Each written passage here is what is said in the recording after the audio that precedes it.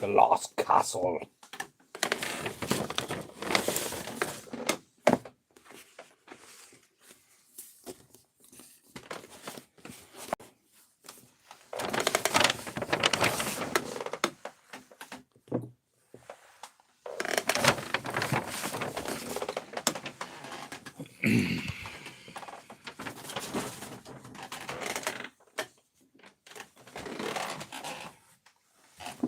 Hello, bruvs.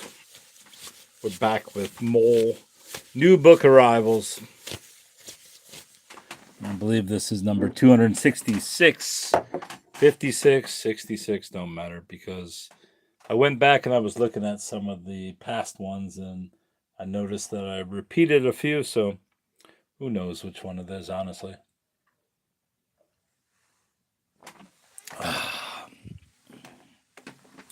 Where the fuck do I put the beer? Let's get on with this bullshit. I didn't get many books today. I sold $70 in books yesterday. Shipped them off today and then went and bought some more books.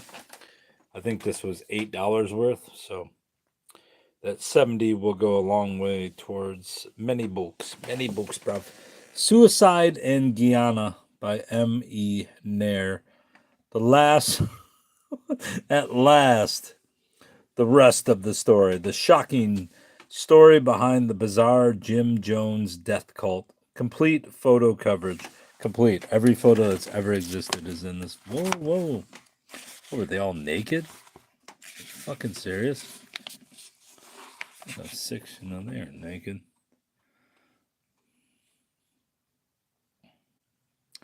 In a surrounding field, the dead lie, their bodies decomposing in the tropical sun. What kind of fucking morons does this? This book's in pretty good shape. Might sell this one if it has any value. Suicide in Guyana, M.E. Nair. Belmont Tower Books, New York City. What year? 1978. This might have some value. Like I said, it's in really good shape. Really good shape. This book almost seems unread. What bizarre sexual practices did he encourage and participate in? Why did they choose to die on November 18th, 1978, in an isolated jungle village? More than 900 men, women, and children voluntarily, I'm sure these kids just said, hey, let's go to Valhalla, buddy, took poison and died at the behest of cult leader Jim Jones. Who was Jones, and what was the secret of his strange power over his devoted followers? What bizarre sexual practices did he encourage and participate in? Did Jones die of a self-inflicted gunshot wound, or was he murdered by one of the missing survivors? I'm going to guess that he was murdered. And while we're on the strange sexual practices, Kiss Daddy. This is almost fucking too disturbing to even say. Kiss Daddy Goodnight, a speak out on incest by Louise Armstrong. A shocking, challenging expose of our ultimate sexual taboo. The first significant book on incest. Well, I wonder why. Because no one else wanted the fucking ignominy of it. I'm not even going to open this and read it. I can't do it. Through the words of the victims themselves, Louis Armstrong breaks the conspiracy. Wait, Louis Armstrong's the... What? Oh, Louise Armstrong. Jesus Christ. I've had too many years. I've only had 2, but... Apparently 2 was my limit, because I thought it said Louis Armstrong. I am a woman writer. During a first-person documentary book on... I can't read it. I'm not going to read about incest. Come on now. I wonder if it's worth some money, though. I think I actually have another book on that same subject that I don't know what I did with it, but I need to sell them both and get them out of the fucking house. The Boston Strangler. Look into his eyes. Would you trust him? Yeah, kind of. Would you trust him? 2,000... What? 2,000 women trusted him? Wait, the Boston Strangler killed 2,000 women? They were... Would you let him into your home? 13 women did. They died a terrifying death. Oh, so they're just saying the Boston Strangler was with 2,000 women? It's a pretty cool cover, honestly. I didn't stop him at first. I don't know why. He actually lifted my skirt and touched the skin of my thigh, said a young woman who admitted him to her apartment. She was one of the lucky ones, one of the ones who lived. So soft hearted, so considerate, remarked the woman who should have known him best, his wife. A personable young man in his late 20s, dark haired, of medium build, with a charming, boyish grin, and the proverbial gift of gab. Who would have thought he was the Boston Strangler? Is that him? Making full use of the police records, medical, and blah, blah, blah. And then the third of the trilogy of mass market paperback books on true crime, The Family by Ed Sanders. Obviously, it's about Manson family. The hardcover bestseller in paperback for the first time, revised, up to date. Ed Sanders, a chillingly factual look at Charles Manson and his zombie-like disciples. The Family is the complete story behind the Tate murders, the sex orgies, the blood rituals, and the abject slaves Charles Manson made of his men and women. It is not fiction. No one could have made it up. Some of the goriest reading you'll ever come across in your life. A fantastic document that provides, for the first time, many of the clues and several of the keys that, taken together, unlock the mystery of this horrifying, fascinating man, Charles Manson. And I believe I saw this book at a book sale I went to recently, and it was in somebody's hand being placed into their bag. And I was like, I need that book, but now I got that book. It's got some spine creases, as you can see. I wonder if there's any Manson's family. Jesus Christ. I'm from the Manson family, bruv. Let's take out my receipt and hide it before you see it, because you're not to be trusted. Dana's 2 years before the mast. Does Dana have a name? A first name? Or is he like Madonna? Richard Henry Dana Jr. A personal narrative with a supplement by the author and a biographical sketch. The Riverside Press, Cambridge. Copyright 1895 by Houghton Mifflin. Original work and new edition entered according to Act of Congress in the year 1868 by Richard Henry Dana. After 28 years, the copyright of this book has reverted to me.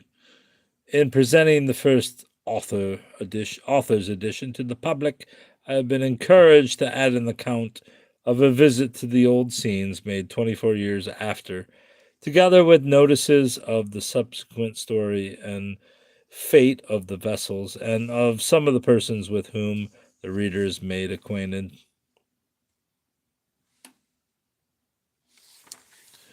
Richard Henry Dana, not Data. The first day we passed at sea was Sunday, as we were just from port, and there was a great deal to be done on board. We were kept at work all day and all night. The watches were set, and everything was put into sea order. A book I'll never read, but for $1, which is now the going rate at the Salvation Army, I got it, and now I own it for $1. Toward the Bank, Volume 4, Age of the French Revolution, by Claude Manceron.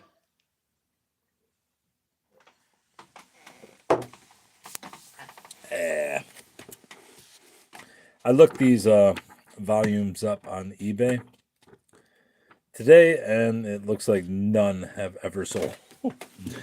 So this Book of the Month Club selection is apparently so undesirable that no one wants it. But I bought it, so I got a 4 collection set of The Age of the French Revolution. Here is another Carlyle, another Michelet. Every page is bright with fresh illumination. A passion for racehorses. Lots of underlining there. That's nice. Is this about the French Revolution or is it not? In the twilight of the old order, a preeminent French historian definitively captures the winds of change. In Paris, young Marie Antoinette flirts at balls and writes intimately to her mother in Austria. In matters of faith, reason is useless.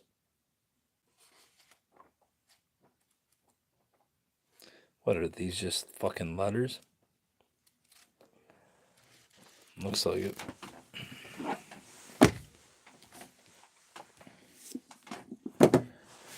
The Wind from America. Age of the French Revolution, Volume 2. A great work of history. I'm more concerned with finding some ephemera inside these books. But I don't see shit. And lastly, The Gracious Pleasure, Volume 3. I like that balloon. Hot air balloon flying, bruv. Let's see if there's any. Dude, my eyes are hurting. In Their Gracious Pleasure, 1782 to 1785, a storm is gathering. In the afterglow of the Franco-American victory at Yorktown, the French at home celebrate a royal heir. But the vacuity and descendant decadence of the nobility are causing tremors of unrest. So apparently I just bought a set of books of the age of the French Revolution, which nobody wants. But I'll keep them. Because who am I to stop collecting books because no one wants them? The Last Castle. The epic story of love, loss, and American royalty in the nation's largest home. Denise Kiernan, author of The Girls of Atomic City. Oh, so pretty. Denise Kiernan is the best. I wonder if she's related to Coop. Who's this fuck? Bibliophile, aesthete, and patron of the arts, George Washington Vanderbilt was 25 years old in 1888 when he visited the mountainous region of western North Kakalaki with his beloved mother and became enthralled with the notion of acquiring a land in the area. I have some other books on the Vanderbilts and high society folks. So there we go. We now have another. Plus, I do own the book Girls of Atomic City. I believe I do. I could be wrong, but I think I own them. I could be wrong. Architects of the Culture of Death by Donald DeMarco. He was my lawyer. Benjamin Weicker. Well, Donald DeMarco wasn't. His name was Ralph. The culture of death has become a popular phrase and is much bandied about in academic circles. Yet, for most people, its meaning remains vague and remote. DeMarco and Weicker have given the culture of death a clear definition and frightening immediacy.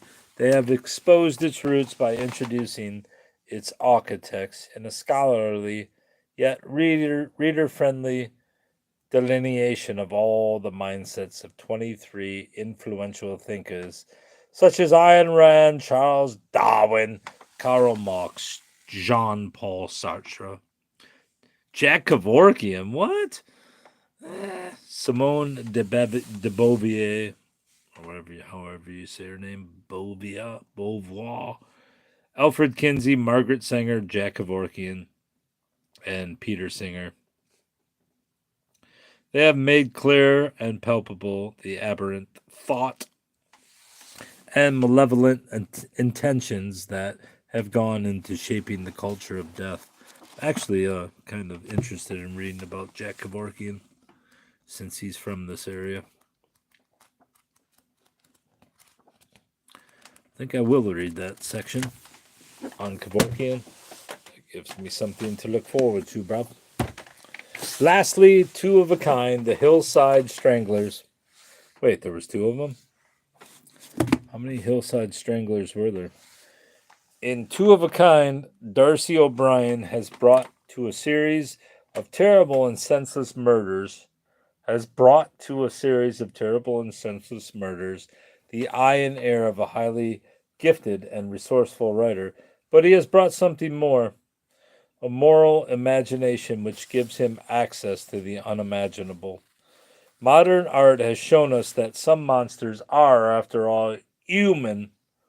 O'Brien reminds us that they are also, after all, monsters. A deeply disturbing book.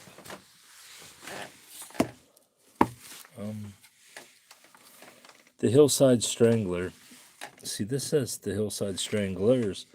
The Hillside Strangler, that name became part of headlines that chilled Los Angeles for over a year as one after another, the corpses of sexually violated, brutally murdered young women were found on hillsides around the city. But even that horror paled beside the revelations that emerged in what became the longest criminal trial in American history and one of the most controversial. Two of a Kind is the first book to make the shocking disclosure that the Hillside Strangler was not one man but two, as it examines the unsavory symbiotic relationship between the murderers and the drive behind their hideously evil crimes. Writing with the riveting storytelling skill of an award-winning novelist and the detailed accuracy of a brilliant reporter, Darcy O'Brien tells the entire story of the Hillside Stranglers as it has never been told before.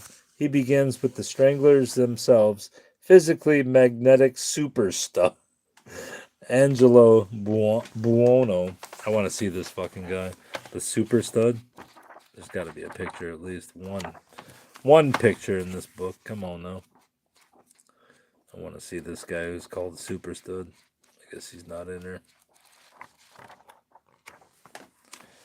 Super Stud. Kenny Bianchi, who joined in an unholy alliance of insatiable lust and unquenchable hate for women. Then he describes the crimes themselves and the women who were the victims. Just as compellingly, O'Brien depicts the other side of the drama, the side of the law. We see Sergeant Bob Grogan. Blah, blah, and blah. Alright, Brobs, that's the end of the new book arrivals. What did I get? 3, 6, 9, 12 new books. 12 new books, buddy.